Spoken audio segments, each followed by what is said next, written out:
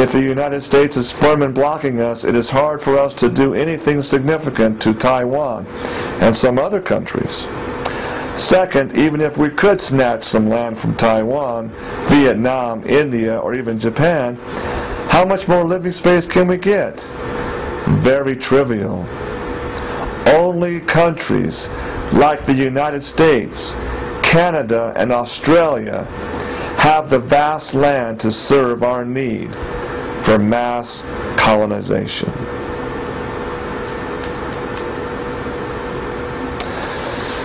Therefore, solving the issue of America is the key to solving all other issues. First, this makes it possible for us to have many people migrate there and even establish another China under the same leadership of the Chinese Communist Party. America was originally discovered by the ancestors of the yellow race, but Columbus gave credit to the white race. We, the descendants of the Chinese nation, are entitled to the possession of the land. It is historical destiny that China and the United States will come into unavoidable confrontation on a narrow path and fight. In the long run, the relationship of China and the United States is one of a life and death struggle. Of course, right now, it is not the time to openly break up with them yet. Our reform and opening to the outside world still relies on their capital and technology. We still need America. Now, this speech was given in February of 2005. Therefore, we must do everything we can to promote our relationship with America. We must learn from America in all aspects and use America as an example to reconstruct our country. And here's where it's really chilling. Quote, only by using special means to clean up America will we be able to lead the Chinese people there. Only by using non-destructive weapons that can kill many people will we be able to reserve America for ourselves. There has been rapid development of modern biological technology. Oh yes, there has. And new bioweapons have been invented one after another. Of course, we have not been idle.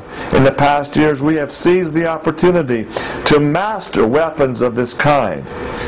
We are capable of achieving our purpose of cleaning up America all of a sudden. When Comrade Xiaoping was still with us, the party's Central Committee had the perspicacity to make the right decision not to develop aircraft carrier groups and focused instead on developing lethal weapons that can eliminate mass populations of the enemy country.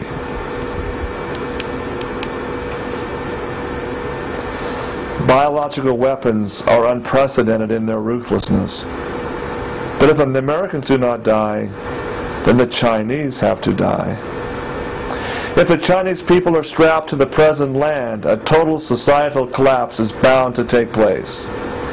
According to the computations of the author of Yellow Peril, more than half of the Chinese will die, and that figure would be more than 800 million people.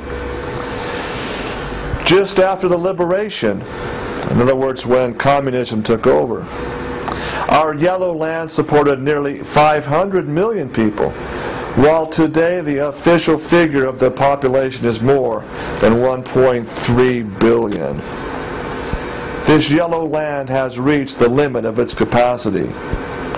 One day, who knows how soon it will come, the great collapse will occur any time, and more than half of the population will have to go.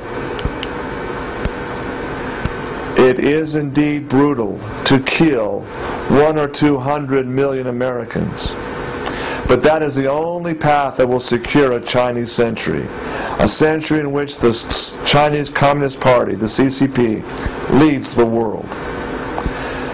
We as revolutionary humanitarians do not want deaths. But if history confronts us with a choice between deaths of Chinese and those of Americans, we'd have to pick the latter. As for us, it is more important to safeguard the lives of the Chinese people and the life of our party. Finally, the last problem I want to talk about is firmly seizing the preparations for military battle. The Central Committee believes, as long as we resolve the United States problem at one blow, meaning, again, let me tell you what this means. With one blow means one strike with bacterial or biological weaponry. As long as we resolve the United States problem at one blow, our domestic problems will all be readily solved. That is just absolutely chilling. One quick blow will solve the Chinese problem as well. And I'll go on and explain how this is going to happen. Therefore, our military battle preparation appears to aim at Taiwan, but in fact is aimed at the United States. And the preparation is far beyond the scope of attacking aircraft carriers or satellites. Marxism pointed out that violence is the midwife for the birth of the new society. Therefore, war is the midwife for the birth of China's century. End quote. End speech. Now, let's wrap this together. Let's piece it together. Here the Defense Secretary makes it very clear that China in 2005 has perfected the ultimate biological weapon. What is that ultimate biological weapon? Anthrax? Smallpox? No. The ultimate weapon is the 1918 flu pandemic. Again, why? Because 35% of those people that contracted the bird flu, or the 1918 virus, what they're calling the bird flu today, 35% of them died. Smallpox, on the other hand, is about 20%, to give you an example. Weaponized smallpox. However, 95% of Americans and people worldwide from 18 to 35 years of age died from the 1918 pandemic. It didn't really kill the old and infirm. It didn't kill the prepubescent children. See,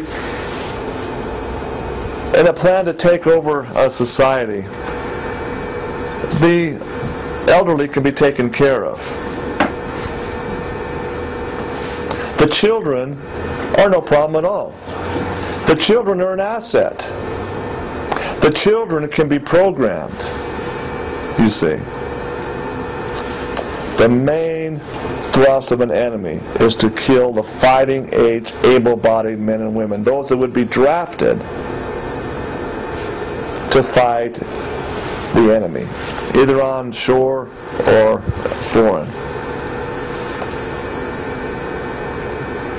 China not only has the technology, we've conclusively proven that through Sanofi Pasteur, the Rockefeller architect, that Chinese factories, which are controlled and run by the Chinese Communist Party, are the ones reproducing this 1918 virus that will be camouflaged as a bird flu vaccine.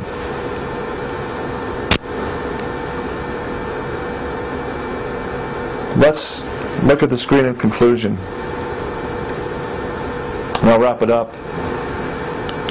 No country and no people can be free and ignorant at the same time.